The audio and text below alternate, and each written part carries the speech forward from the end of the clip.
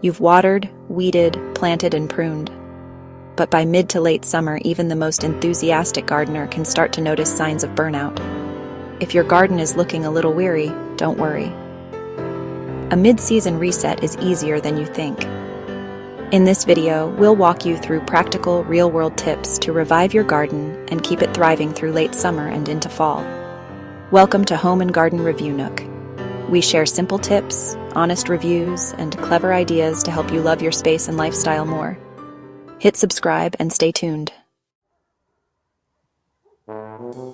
Start with a quick walkthrough of your garden and take stock. You're looking for plants that are bolting, yellowing, or underproducing, crowded beds or containers that need thinning, pest or disease signs like holes, powdery mildew, or black spots, areas where nothing is growing anymore, and empty space that could be put to good use.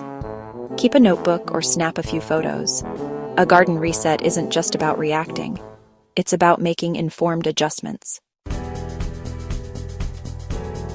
One of the fastest ways to give your garden new life is with a good mid-season haircut. Deadhead spent flowers to encourage new blooms, especially on annuals like zinnias, cosmos, and marigolds. Trim leggy herbs like basil and mint to prevent flowering and encourage fresh leaves. Cut back overgrown or flopping plants to improve airflow and reduce pest hiding spots. For some perennials and annuals, you can even give a mid-season shear, cutting the whole plant back by about a third to encourage fresh, bushy growth. This not only revives the appearance of your garden, it also helps prevent disease and redirects the plant's energy toward new growth. If your garden is underperforming, tired soil is often to blame. Plants have been feeding off that same mix for months now, and container gardens especially get depleted fast. Give your soil a boost with one of these options. Compost tea or worm casting tea for a quick nutrient soak. Top dress beds or containers with a layer of compost or aged manure. Liquid organic fertilizer like fish emulsion or seaweed extract for a fast pick-me-up. Or add a light sprinkle of granular slow-release fertilizer if you're planning a late planting round. Feed in the early morning or evening, and always water well afterward to help nutrients absorb. Yes, I know, it's always a little tough to say goodbye, but removing struggling or spent plants really does create space and energy for what still has potential. So, go ahead and pull lettuce and spinach that have bolted, beans that have stopped producing, and any tomatoes or cucumbers that are just riddled with disease or pests. And don't forget those leggy flowers that aren't blooming anymore. You can compost healthy plant material, but make sure to discard or burn any diseased plants to prevent spreading problems around.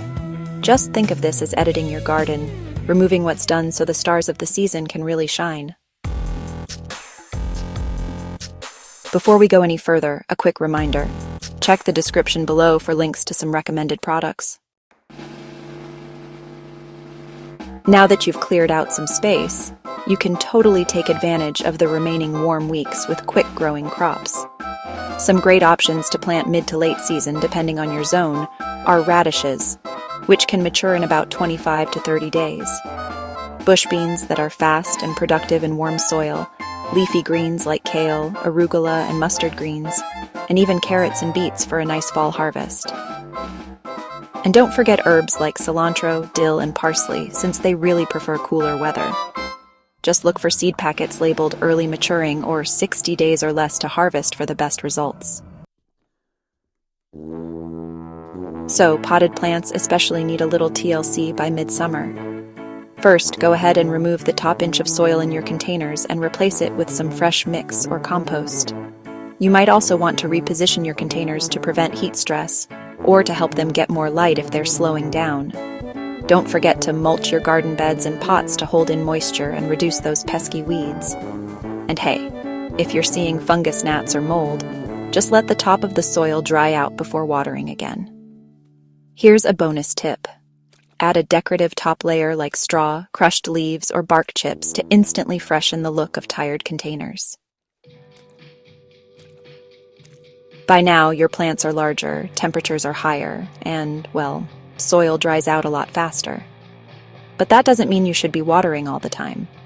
Here are some mid-season watering tips. Water early in the morning or evening to reduce evaporation. Use soaker hoses or drip irrigation for deep, even watering. Add mulch around the base of your plants to help retain moisture. And don't forget to stick your finger in the soil. Only water when the top 1 to 2 inches are dry. Try to avoid shallow daily watering.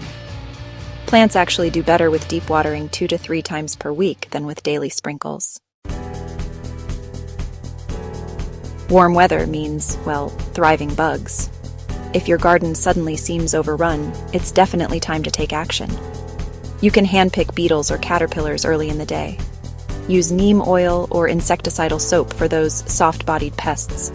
Attract helpful insects like ladybugs and lacewings to help out. Remove any damaged or yellowing leaves that may be harboring pests and keep weeds down. They're often pest hotels. And don't forget to check the undersides of leaves, where a lot of pests lay eggs unnoticed. Before we get to our last 2 tips, if this video helped you out, give it a like and be sure to subscribe. We post new videos every day. As your plants mature, keep an eye out for flower heads drying out. These are just perfect for seed saving. Watch for bolted herbs or greens going to seed, and take note of any tomatoes or peppers with heirloom varieties you want to save. Use envelopes or mason jars to store dry seeds, and make sure to label everything. You'll definitely thank yourself next spring. Also, start mapping out a late-season garden or prepping beds for fall planting by clearing space, amending soil, and ordering seeds now. Mid-season isn't just a physical shift. It's a mental one, too. Gardens change, slow down, and honestly sometimes disappoint us. And that's okay. Instead of chasing perfection, try to celebrate what is growing well. Experiment with new crops or planting times. Accept the ebb and flow of the season, and take notes so next year's garden is even better. Sometimes a tired garden just needs a little attention, and so does the gardener. If your garden is looking worn out, don't panic. A few small resets, a little pruning, a little compost, a little planting, can breathe new life into your space and help carry it through the rest of the season. Think of it as a garden refresh, not a rebuild. So take a look around, get your hands back in the dirt, and show your plants and yourself a little mid-season love. Your garden still has plenty of beauty left to give. Thanks for watching.